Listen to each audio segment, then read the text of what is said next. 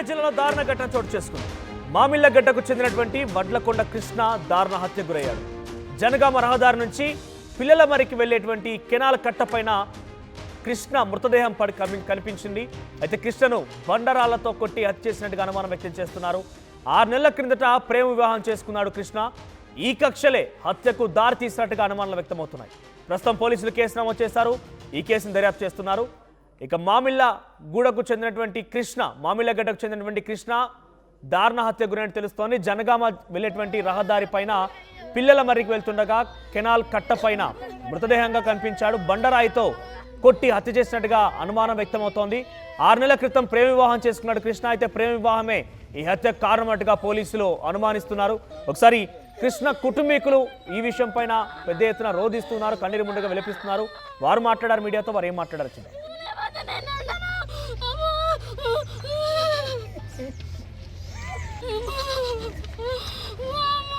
మహేష్ అనే పేరు ఫోన్ చేసిండు, వెళ్ళిండు ఏదో తీసుకొచ్చా సరే అని చెప్పి. నాకైతే వాళ్ళ మీదే ఉంది. ఎవరు మహేష్? ఎవరు? తాళగడ్డ అంటే ఎవరు? ఇంకెవరిని చెప్పిందా? నాకేం చెప్పలేదు, అసలు చెప్పి కూడా పోలేను. ఎప్పుడైనా చెప్పి పోతాడు. అంటే మీ పేరెంట్స్ మీద ఏమైనా అనుమానం ఉందా? ఈ మధ్యకాలంలో మీ అన్న ఏమైనా బెదిరిస్తుందా?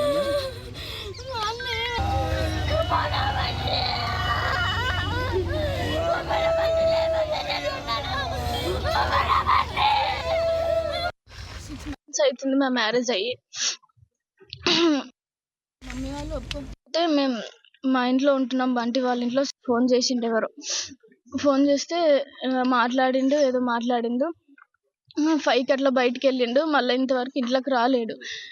నాకైతే ఆయన మీద అనుమానం ఉంది. ఊకంటే ఆయనే ఫోన్ చేస్తుండు, ఏడికి పడితే ఆడికి రమ్మంటుండు. చూసుకోవాలని చెప్పిన బండికి. నాకేం లేదు.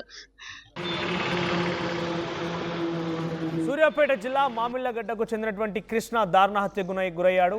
పిల్లల మరికి వెళ్ళేటువంటి ఆ రహదారి పైన ఒక కెనాల్ కట్టపైన ఆయన మృతదేహంగా కనిపించాడు. 6 నెలల క్రితమే వారికి ప్రేమ వివాహం అయినట్టు తెలుస్తోంది. ప్రేమ వివాహం ఎందుకు కారణమైనట్టుగా అనుమానం వ్యక్తమవుతోంది. చాలా బలమైనటువంటి బండరాయితో తలపై మోదీ చంపేసినట్టుగా అనుమానిస్తున్నారు. ఒకసారి ఈ విషయం పైన మరిన్ని అప్డేట్స్ ప్రతినిధి రమేష్ అందిస్తారు. Yes Ramesh, over to you.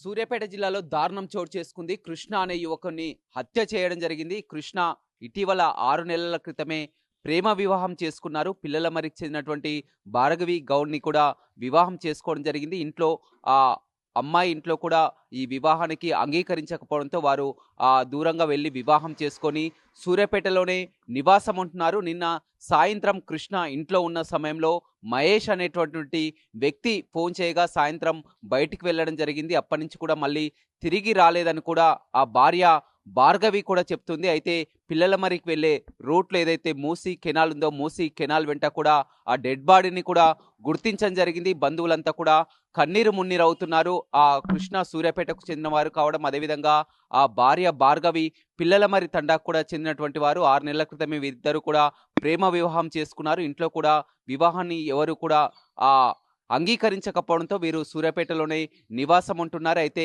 Mahesh అనే వ్యక్తి ఎవరు, మహేష్ ఫోన్ చేయడానికి కారణం ఏంటి అనే కోణంలో కూడా పోలీసులు విచారణ జరుపుతున్నారు. అయితే ఈ విధంగా ఎవరైతే కృష్ణ తల్లిదండ్రులు కూడా అమ్మాయి పేరెంట్స్ పై అనుమానాలు వ్యక్తమవుతున్నాయి. భార్గవి చాలా క్లియర్గా చెప్తుంది, మేము ఇంట్లో వివాహం చేసుకోవడం మా తల్లిదండ్రులకు ఇష్టం లేదని కూడా చెప్తుంది. మహేష్ అనే వ్యక్తి ఫోన్ చేయడంతో కూడా ఇంట్లో నుంచి వెళ్ళిపోయాడు. మహేష్ పై అనుమానాలు ఉన్నాయని కూడా చెప్తుంది. అదేవిధంగా తల్లిదండ్రులపై అనుమానాలు ఉన్నాయని చెప్పగా ఎలాంటి అనుమానాలు లేవని కూడా భార్గవి చెప్తున్నప్పటికీ కూడా ఏదేమైనప్పటికీ కూడా ఒక సంచలనం అయితే రేకెత్తిస్తున్నటువంటి పరిస్థితి కనిపిస్తుంది. 6 నెలల క్రితం పెళ్లి చేసుకున్నటువంటి ఆ కృష్ణ ఇవాళ దారుణ హత్యకు గురి కావడం అంతా కూడా పోలీసులకు కూడా ఇప్పటికే ఆ క్లూస్ వివరాలు సేకరిస్తున్నటువంటి పరిస్థితి కనిపిస్తుంది. రాత్రి సమయంలో కూడా హత్య చేసి అక్కడ పడేసి ఉంటారని కూడా పోలీసులు అనుమానం వ్యక్తం చేస్తున్నారు. సాయంత్రం 5 గంటలో మహేష్ అనే వ్యక్తి ఫోన్ చేయడం జరిగింది. ప్రస్తుతం మహేష్ను కూడా పోలీసులు అదుపులోకి తీసుకున్నట్లు కూడా తెలుస్తుంది. మొత్తం ఏదేమైనప్పటికీ కూడా గతంలో మనం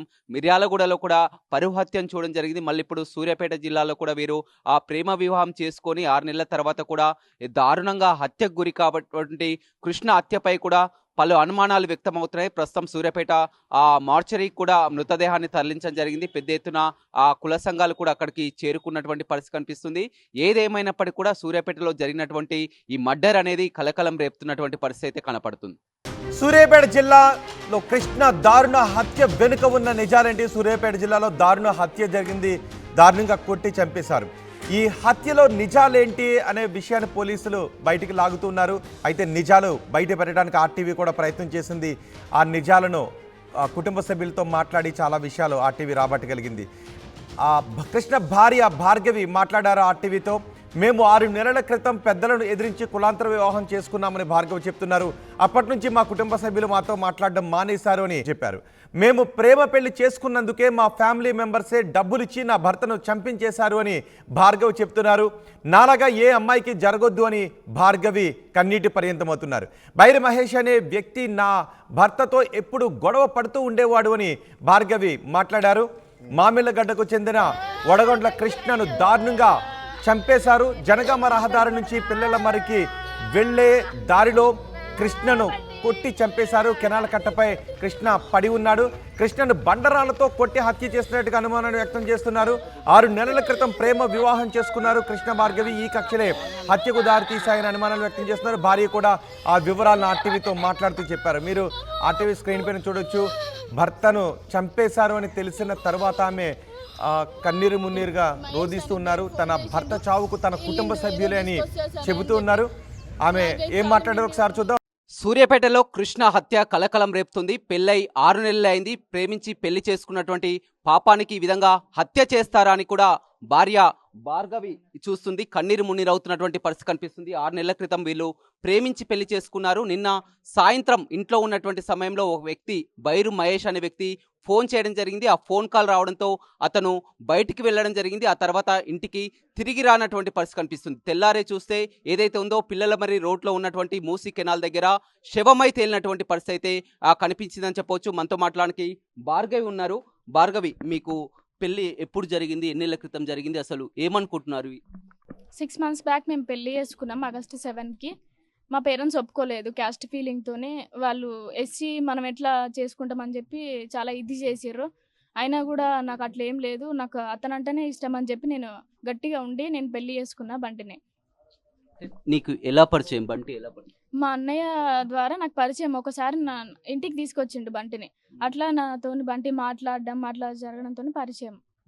పెళ్ళైనాక మీ పేరెంట్స్ నీతో మాట్లాడడం జరిగింది, మళ్ళీ ఇంటికి రావడం కానీ మాట్లాడడం కానీ ఇలాంటివి చేయలేదు? లేదు, ఏం చేయలేదు. కానీ మమ్మీ ఒక్కొక్కసారి మాట్లాడింది అంతే, ఇంకెవరు మాట్లాడలేదు. పెళ్లి చేసుకున్నప్పుడు బంటి కూడా ఏమన్నారు? బంటి మీ అన్నయ్య మా అన్నయ్య మీరు ఎట్లా ఉంటారు ఏంది, నేను చూస్తాను, మిమ్మల్ని చంపుతాను, బంటిని నేను ఖచ్చితంగా చంపుతా, చూడు నువ్వు ఎట్లుంటావో చూస్తా అని చెప్పి నన్ను బెదిరించిండు. బంటిని బెదిరించిండు. ఎక్కడ ఇది జరిగింది? స్టేషన్లోనే అన్నాడు, మీరు ఎట్లుంటారో చూస్తా నేను కూడా అని చెప్పి. ఏమనుకుంటున్నారు ఈ రోజు జరిగినటువంటి ఘటన ఎలా జరిగింది? ఎవరు చేసి ఉంటారని ఖచ్చితంగా మా ఫ్యామిలీ వాళ్ళే పైసలు ఇచ్చి చేపిచ్చిర్రు. ఆ బైరు మహేష్ ఆయనతోనే పిలిపించి ఇట్లా చేసిర్రు. నాలాగా ఏ అమ్మాయికి జరగకూడదు. ఇప్పుడు చేసిన వాళ్ళ భార్యలు కూడా అట్లనే కావాలి అని చెప్పి నేను కోరుకుంటున్నా. పోలీసులకు ఫిర్యాదు చేయడం కానీ ఏం జరిగింది? వాళ్ళు మమ్మల్ని పిలిచి ఇట్లా ఎట్లా అయింది, ఏ టైంకి పోయిర్రు అని చెప్పి అడిగిర్రు. మా మామయ్య అక్కడనే పోలీస్ స్టేషన్లో ఉన్నాడు. నేను అసలు ఏం జరిగింది? ఏ సమయానికి ఫోన్ వచ్చింది? ఇంతకుముందు గతంలో ఇలాంటి ఫోన్ కాల్స్ వచ్చాయా? నిన్ననే వచ్చిందా? అసలు ఏం జరిగింది? ఫస్ట్ మాకు పెళ్ళైనాక 2 monthsకు ఏమో ఒక 1 month దాకా రోజు ఫోన్ చేసేది. కానీ బంటి మాట్లాడకపోతుండే. ఆయనతో మనకి ఉండదు కదా, గొడవలు కదా అని చెప్పి మాట్లాడకపోతుండే. ఒకరోజు నాకు చెప్పిండు ఇట్లా ఊకే ఫోన్ చేస్తుండు, మరి ఎందుకో ఏమో మనకి పడదు, మరి ఎందుకు ఫోన్ చేస్తుండో ఏమో అని చెప్పి అంటే మాట్లాడకలే వదిలే అని చెప్పి నేను అన్నా. తర్వాత ఇంకా ఒకరోజు కాల్ లిఫ్ట్ చేసి అట్లా మాట్లాడడం జరిగింది. ఇట్లా మాట్లాడుకుంటూ రోజు మాట్లాడిర్రు.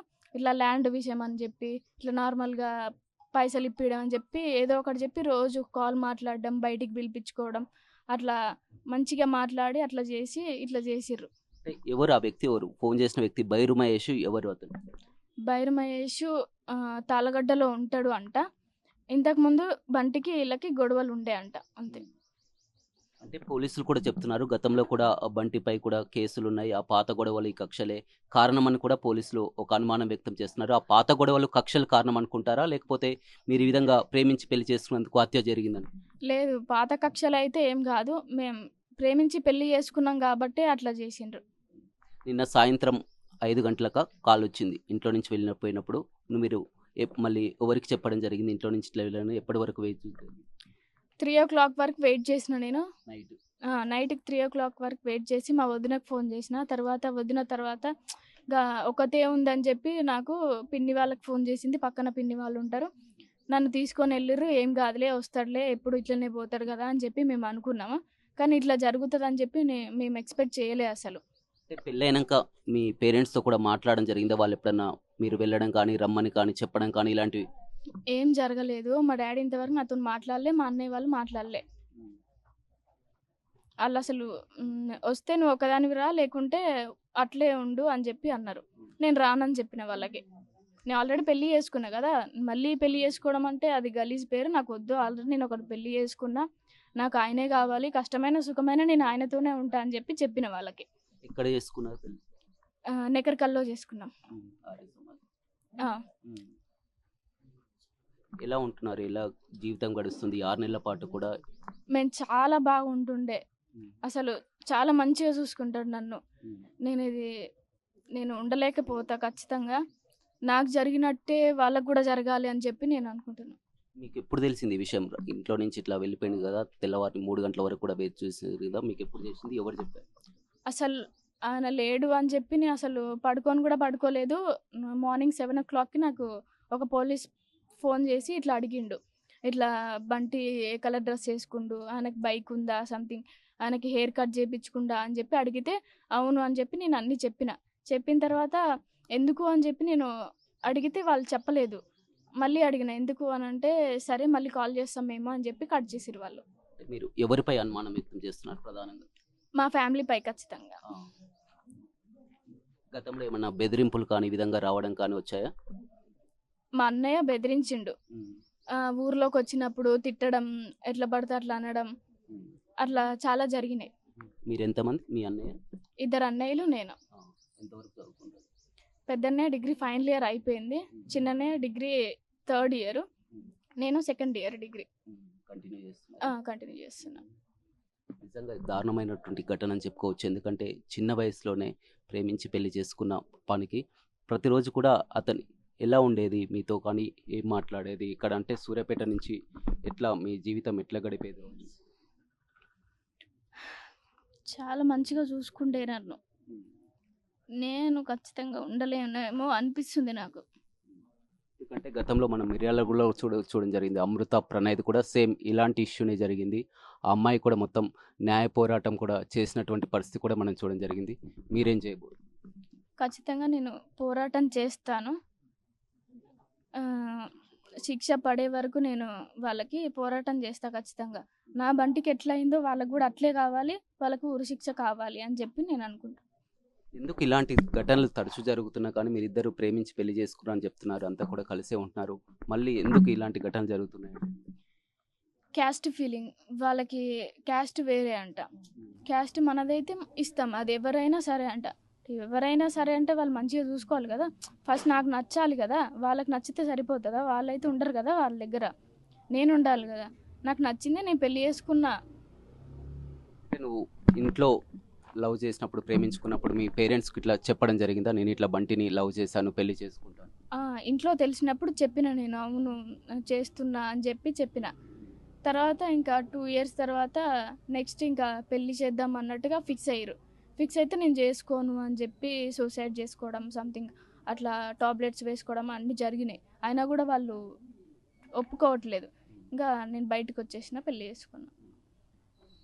ఏం చెప్పదలుచుకున్నారు ఇప్పుడు ప్రధానంగా? నాకు జరిగినట్టు వేరే వాళ్ళకి జరగకూడదు. ఎంత బాధాకరం అంటే నేను ఇది భరించలేకపోతున్నా. బంటి కుటుంబ నేపథ్యం ఏంది? వాళ్ళ పేరెంట్స్ కానీ వాళ్ళు మీ అత్త మామలు కానీ వాళ్ళ ఎవరెవరు ఉన్నారు? వాళ్ళు చాలా బాధపడుతున్నారు. ఉన్నదే ఒక్క ఆయన, మంచిగా అందరికీ ధైర్యం బంటి అంటే. బంటి ఒక్కరేనా కుటుంబంలో? ఒక్కడే? ఇంకొక ఆయన కూడా ఉన్నారు. అత్తయ్య లేదు, మామ అక్కడ పోలీస్ స్టేషన్లో ఉన్నాడంట. మీరు కలిసే ఉంటారా? మామ ఇక్కడ రెంట్కి ఉంటాడు వేరే దగ్గర. మేము బంటి వాళ్ళ మామ వాళ్ళ ఇంట్లో ఉంటాం. వాళ్ళేమో హైదరాబాద్లో ఉంటారు, వాళ్ళ ఇంట్లో మేము ఉంటున్నాం. అంటే ఎలా గడుస్తుంది మీ జీవనం? ఎలా గడుస్తుంది? ఏం పని చేస్తారు? చాలా బాగుంటుంది. నార్మల్గా బయటికి వెళ్తాడు, ఎమ్మటే వస్తాడు, మళ్ళీ మాట్లాడతాడు, మంచిగా ఉంటాం. ఏం చేస్తాడు? జాబ్ చేస్తాడు? Real estate. రిలేటెడ్ అంతా మంచిగా ఉంది సరిగ్గా. అవును. చూడొచ్చు, ఏదేమైనప్పటికీ కూడా ఆ దారుణమైన ఘటన అని చెప్పొచ్చు. చాలా క్లియర్గా చెప్తుంది. నేను గతంలో ప్రేమించినప్పుడే ఇంట్లో కూడా చెప్పడం జరిగింది, పెద్దలు ఒప్పుకోలేదు. ఆ తర్వాత మేము పెళ్లి చేసుకున్నాము. పెళ్లి చేసుకున్నప్పుడే మా అన్నయ్య కూడా బెదిరించడం జరిగింది. అప్పుడే కూడా అంతు చూస్తానని కూడా బెదిరించడం జరిగింది. ఆ తర్వాత గొడవలు కూడా జరిగాయి. నిన్న సాయంత్రం సమయంలో కూడా ఫోన్ కాల్ వచ్చింది. ఆ ఫోన్ కాల్ ఆధారంగా అతను నమ్మి బయటికి వెళ్ళడం జరిగింది. రాత్రి 3 గంటల వరకు కూడా ఇంటికి వస్తాడని కూడా చూడడం జరిగింది. వారి బంధువులకు కూడా వదిన కూడా కాల్ చేశాను చెప్పడం జరిగింది. కానీ ఈ విధమైనటువంటి ఘటన జరుగుతుందని ఊహించలేదని చెప్తున్నారు. చూడొచ్చు, మొత్తం అందరూ కూడా మద్దతు తెలుపుతున్నటువంటి పరిస్థితి అయితే నెలకొందని చెప్పవచ్చు. మిర్యాలగూడలో కూడా ఇలాంటి ఘటన చూసాం. మళ్ళీ ఇలాంటి తరహా ఘటనలు జరుగుతూనే ఉన్నాయి. అమ్మాయి మాత్రం చాలా క్లియర్గా చెప్తుంది, తన పేరెంట్స్పై అనుమానం ఉంది, అన్నపై కూడా అనుమానం ఉంది. న్యాయం జరిగే వరకు కూడా న్యాయ పోరాటం కూడా చేస్తానని కూడా భార్గవి చెప్తుంది. ఏ తల్లిదండ్రులైనా కూతురు మంచి కోసం చూసుకుంటారు, కానీ నా మంచి కోసం వాళ్ళు చూడలేదు. నా పసుపు కానీ వాళ్ళు తీసేసిర్రు. అట్లా నన్ను ఎండలో కూర్చోబెట్టి ఇట్లా ఈ పరిస్థితికి తీసుకొచ్చారు. వాళ్ళు కూడా అదే పరిస్థితికి రావాలి చేసిన వాళ్ళు అని చెప్పి నేను అనుకుంటున్నాను. కాదమ్మా, గతంలో కూడా మనం చూడడం జరిగింది. ఇంట్లో కూడా నువ్వు చిన్నదానివి, ఎందుకంటే 2 అన్నయ్యలు ఉన్నారు, చిన్నదాన్ని ఉన్నారు. కానీ మీకు కూడా మొదటగా చెప్పడం జరిగింది కదా, పేరెంట్స్ ఈ విధంగా ఇంట్లో సంబంధాలు చూస్తున్నామని కూడా చెప్పడం జరిగింది. అవును చెప్పారు, కానీ నాకు ఇష్టం లేదు, నేను చేసుకోనని చెప్పేసిన. వచ్చిన వాళ్ళతో కూడా నేను చెప్పేసిన, నేను ఆల్రెడీ వేరే వాళ్ళని చేసుకోవాలనుకుంటున్నా, నేను చేసుకోనని చెప్పి డైరెక్ట్ వాళ్ళకి చెప్పేసిన. అట్లా చెప్పడం వల్ల కొంచెం నన్ను ఇబ్బంది పెట్టారు. నువ్వు వాళ్ళకి చెప్పావు, చాలా క్లియర్గా చెప్పావు, ఇష్టం నేను ఇతనితోటే పెళ్లి చేసుకుంటాను చెప్పావు. బయటికి వచ్చావు, 6 నెలలు అవుతుంది. 6 నెలలు అయినాక కూడా ఎందుకు వారు ఈ విధంగా ఖర్చు చేశారు? వాళ్ళు ఎట్లా ఉంటారు, ఇట్లా తిరుగుతాడా, మా ముందే ఇట్లా తిరుగుతాడా, మా కులం కాదు, అట్లా చేసుకొని అట్లా తిరుగుతుండు అని చెప్పి కులం మీద అట్లా చంపేసింది. పెళ్ళైనప్పటి నుంచి తర్వాత 6 నెలల తర్వాత కూడా ఎప్పుడన్నా మీకు రియలైజ్ కావడం జరిగింది, ఈ విధంగా ఏదన్నా ఇబ్బంది పెడుతున్నాడని ఏమన్నా అనిపించింది చాలాసార్లు. ఇంకా మా అన్నయ్య అది ఇది అనడం, బయట వాళ్ళతోని వాళ్ళు వచ్చి బంటితో చెప్పడం జరిగింది. ఇంకా బంటి సైలెంట్గానే ఉన్నాడు, ఎందుకులే ఇంకా గొడవలు అని చెప్పి సైలెంట్గా ఉన్నాడు. అంటే ఎప్పుడన్నా మీకు అనిపించలేదా, బంటికి కానీ మీకు కానీ కలిసిపోదాం, మాట్లాడదాం, మీ అన్నయ్యతో కూడా మాట్లాడదాం, కలిసి గొడవలు ఎందుకని? ఏం లేదు, క్యాస్ట్ ఫీలింగ్ ఉంది వాళ్ళకి బాగా. ఇప్పుడు మీ అమ్మ నాన్నకు అన్నయ్యకు సూటిగా ఏం చెప్తావు? వాటి ద్వారా మీ అన్నయ్యకి కానీ మీ అమ్మకి కానీ ఏం చెప్తావు? నాకు జరిగినట్టే మా అన్నయ్యలకు జరగాలి, వాళ్ళ భార్యలకు జరగాలి అని చెప్పి నేను అనుకుంటున్నా. అంటే మీ పేరెంట్స్ కానీ మీ అన్నయ్య కానీ ఏది చేసినా కానీ నేను భార్గవి సుఖంగా ఉండాలి, సంతోషంగా ఉండాలని, ఇబ్బంది పడొద్దు, ఇష్టం ఉన్నటువంటి మేము చూసినటువంటి పెళ్లి చేసుకోవాలి, ఎందుకంటే ఒక్కగానొక్క కూతురు, నీ కోసమే, నీ మంచి కోసమే వారు చెప్తున్నారని. నా మంచి కోసమే చెప్తుర్రు, ఓకే. నేను పెళ్లి చేసుకున్న తర్వాత అన్నతో మంచిగా ఉంటా అనేదని ఉందా? నాకు ఇష్టం లేదు కదా, ఫస్ట్ ఇష్టం లేని పెళ్లి చేసుకొని ఎట్లుంటారు? వాళ్ళైతే ఉంటారు కదా, తర్వాత వచ్చి వాళ్ళైతే చేసి పెట్టరు కదా. ఇప్పుడు నా ఇష్టం ఉండాలి, నేను అన్నతో మంచిగా ఉండాలి, మేము మంచిగా మాట్లాడుకొని ఉండాలి, అట్లయితేనే ఉండగలుగుతాం. మిర్యాలగూడలో కూడా సేమ్ ఘటన చూస్తాం. సేమ్ అప్పుడు అమృతతో మాట్లాడుతున్నప్పుడు ఎలా ఉందో, సేమ్ ఏమైతే అమృత మాట్లాడిందో మీరు కూడా అదే విషయాలు మాట్లాడుతున్నటువంటి పరిస్థితి కనిపిస్తుంది. తెలుసా అమృతకు జరిగినటువంటి ఇన్సిడెంట్? నీకు ఐడియా ఉందా? అవును తెలుసు, చూసిన నేను. ఇలానే వాళ్ళ తల్లిదండ్రులు చంపేసారు, ఇట్లా వాళ్ళిద్దరూ హాస్పిటల్కి వెళ్తుంటే వాళ్ళని చంపేసిండ్రు ఆయనని. అని ఆ తర్వాత కూడా ఎవరైతే అమృత తండ్రి ఉండో, కూతురుకి ఈ విధంగా జరిగిందని అతను కూడా కుళ్ళి చివరికి ఉరేసుకొని కూడా చనిపోయినటువంటి పరిస్థితి. అవును అవును చూశాను. ఆ కూతురు మీద బాధతో కూతురు మీద బాధ, మరి ఆయనకి వీళ్ళకి చేసిన పాపమో తెలియదు. నాకు చేస్తే కూడా అలానే అవుతుంది ఖచ్చితంగా. ఆయన ఇజ్జతికి ఎందుకు చనిపోయిండు, ఆయన ఇజ్జతికి ఎందుకు చనిపోయిండంటే కన్న తల్లిదండ్రులు నా బిడ్డ పచ్చగా ఉండాలని కోరుకుంటారు. ఏ తల్లిదండ్రులు అయినా, ఏ కులాలు మతాలు అవి వేరు, కులాలు మతాలు ఈ రోజుల్లో లేవు. నా బిడ్డ చక్కగా ఉండాలి, చల్లగా ఉండాలి, పసుపు కుంకాలతోటి పచ్చగా ఉండాలని ఏ తల్లిదండ్రులు కోరుకుంటారు. ఇంకా ఆయన ఏమనుకుండు కక్షగా చంపేసిండు కాబట్టి బిడ్డ ముండమోసి పసుపు కుంకాలు లేవు ముండరాల్లాగా ఉంటుంది కాబట్టి ఆయన బిడ్డని చూడలేక తట్టుకోలేక ఆయన ఊరేసుకొని చచ్చేటట్టు ఆయన ఇప్పుడు భార్గవి తల్లిదండ్రులు కానీ వాళ్ళ అన్నయ్యలు కానీ వాళ్ళు కూడా అదే చూసారు. ఎందుకంటే తనకు తెలిసి తెలియకుండా ఈ విధంగా భార్గవి చేస్తుంది, కష్టాలు పడుతుంది, అలా జరగొద్దు, మేము అందుకే సంబంధాలు చూస్తున్నాం, పెళ్లి చేస్తే ఈ విధంగా సుఖంగా ఉంటుందని వాళ్ళు చెప్తున్నారు. ఆ అమ్మాయి శారీరకంగా ఒక మాలోళ్ళ అబ్బాయితో కలిసి లవ్ చేసి పెళ్లి చేసుకుంది. ఏమైనా మైనర్ బాలిక ఆమె ఇష్టం లేకుండా పెళ్లి చేసుకోవడానికి ఏమైనా తీసుకెళ్లి కేసు పెట్టి 90 రోజులు బెయిల్ లేకుండా జైల్లో దోలటానికి అలా చేయొచ్చు కదా. ఆమె ఇష్టపూర్తిగా పెళ్లి చేసుకుంది. ఆ మైనర్ బాలిక కాదు కదా, మేజరే కదా. పచ్చగా ఉండాలని కోరుకుంటారు. ఈ రోజు ఈ ఘటన జరిగింది, మీరంతా కూడా మద్దతుగా వస్తున్నారు, మాట్లాడుతున్నారు, ఉంటున్నారు.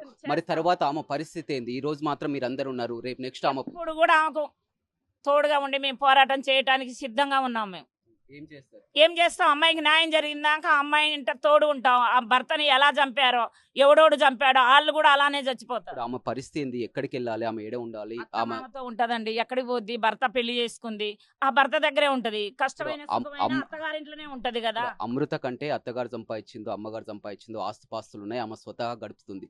భార్గవి పరిస్థితి ఏంది? భార్గవి చూసినట్టయితే ఇంట్లో నుంచి ఇట్లా బయటికి రావడం జరిగింది, ఎలాంటి ఆధారం లేనటువంటి పరిస్థితి. వాళ్ళంటే సావుకారులు. ప్రణయ్ తల్లిదండ్రులకు ఆస్తులు ఉన్నా, మా ఎస్సీ మాలల్లో ఆస్తులు లేకున్నా, ఇంట్లో డబ్బు లేకున్నా పని చేసుకొని అడుక్కొచ్చుకొని అయినా మేము అమ్మాయిని సాదుకుంటామని వాళ్ళ అత్తమామయ్య చెప్పుకుంటారండి. చెప్పు భార్గవి, నిజంగా చూసినట్లయితే నిజంగా మేము వరుసగా గమనిస్తున్నాం. అమృత సిచ్యువేషన్ వేరు, నీ సిచ్యువేషన్ వేరు. అమృత సిచ్యువేషన్ పూర్తిగా చూసినట్లయితే వారి అత్తమామ కానీ వారి పేరెంట్స్ కానీ ఈమె ఏదో ఒక ఈవెంట్ చేసుకుంటానో ఆమె ఒకలాగా బతుకుతుంది, దూరంగా ఉన్నా కానీ ఆమె స్వతహాగా ఉంటుంది. కానీ నీ పరిస్థితి భిన్నంగా ఉంది. ఎందుకంటే నువ్వు ఇంట్లో నుంచి బయటకు వచ్చేసావు, ఎలాంటి ఆధారం లేదు, ఏం చేద్దాం అనుకుంటున్నావు, ఏంటి నీ పరిస్థితి? ఖచ్చితంగా అయితే నేను మా పేరెంట్స్ మీద ఆధారపడి ఉండను, వాళ్ళ ఇంటికి వెళ్ళాను. కష్టపడి నేనే సంపాదించుకొని మా మామకి మా వదినలకు పెట్టుకొని నేనే ఉంటా. నిజంగా చాలా బాధ అనిపిస్తుంది చూస్తుంటే. చూడొచ్చు, పూర్తిగా మాట్లాడలేని స్థితిలో ఉంది ఇప్పుడైతే. కానీ అంత మద్దతు పలుకుతున్నారు, ఏంటని చెప్తున్నా కానీ వారు కూడా చెప్తున్నారు అండగా ఉంటామని చెప్తున్నప్పటికీ కూడా, ఏదేమైనప్పటికీ కూడా మనం చూస్తున్నాం తరచూ ఇలాంటి ఘటనలు జరుగుతూనే ఉన్నాయి. అయినా కానీ మార్పు రావడం లేదు. చాలా వరకు మార్పు రావాలి, కుల వేరైనంత మాత్రాన ఈ విధంగా చంపేస్తారా అని కూడా చెప్తున్నారు. అదేవిధంగా తల్లిదండ్రులు కూడా వారు పెంచుకున్నటువంటి పిల్లలతో కూడా వారు సుఖంగా ఉండాలని తల్లిదండ్రులు కోరుకుంటున్నారు. ఇక్కడ సిచ్యువేషన్ గతంలో మిర్యాలగూడ జరిగినటువంటి సిచ్యువేషన్కి, సూర్యాపేటలో జరిగినటువంటి సిచ్యువేషన్కి రెండు కూడా సేమ్గా ఉన్నటువంటి పరిస్థితి అయితే కనిపిస్తుందని చెప్పవచ్చు. ఏదేమైనప్పటికీ కూడా ఇప్పుడు భార్గవి పరిస్థితి ఏంటి? భార్గవి ప్రేమించి పెళ్లి చేసుకుంది, 6 నెలలు భర్తతో ఉంది, ఇప్పుడు మాత్రం ఒంటరి అయిపోయింది, భర్త కళ్ళ ముందు లేడు. ఇప్పుడు భార్గవి పరిస్థితి ఏంటి? భార్గవిని ఆదుకునేదెవరు? భార్గవిని చూసేదెవరు? ఏదేమైనప్పటికీ కూడా భార్గవిది మాత్రం చాలా ఒక విషాదమైనటువంటి ఘటన అనే చెప్పుకోవచ్చు. సూర్యాపేటలో కృష్ణ హత్య కలకలం రేపుతుంది. మొత్తం ఆసుపత్రి వద్ద కూడా బంధువులు చేరుకున్నటువంటి పరిస్థితి కనిపిస్తుంది. 6 నెలల క్రితం ప్రేమించి పెళ్లి చేసుకోవడం జరిగింది. ఆ తర్వాత ప్రేమించి పెళ్లి చేసుకున్న తర్వాత ఈ విధంగా దారుణంగా హత్యకు గురి కావడం అనేది సంచలనంగా మారినటువంటి పరిస్థితి కనిపిస్తుందని చెప్పవచ్చు. పోలీసులు ఇప్పటికే రాత్రి నుంచి కూడా చూస్తున్నటువంటి సిచ్యువేషన్ అయితే నెలకొంది. మనతో మాట్లాడడానికి సూర్యాపేట డిఎస్పీ ఉన్నారు. చెప్పండి, మొత్తం మీద చూసినట్లయితే ఆ అమ్మాయి కూడా కొద్దిసేపు క్రితమే మాట్లాడడం జరిగింది, మేము ప్రేమించి పెళ్లి చేసుకున్నాం, ఈ విధంగా జరిగింది అంటున్నారు. అసలు ఏం జరిగింది? డిసీజ్ ఒక 6 months బ్యాక్ కులాంతర వివాహం చేసుకున్నాడు.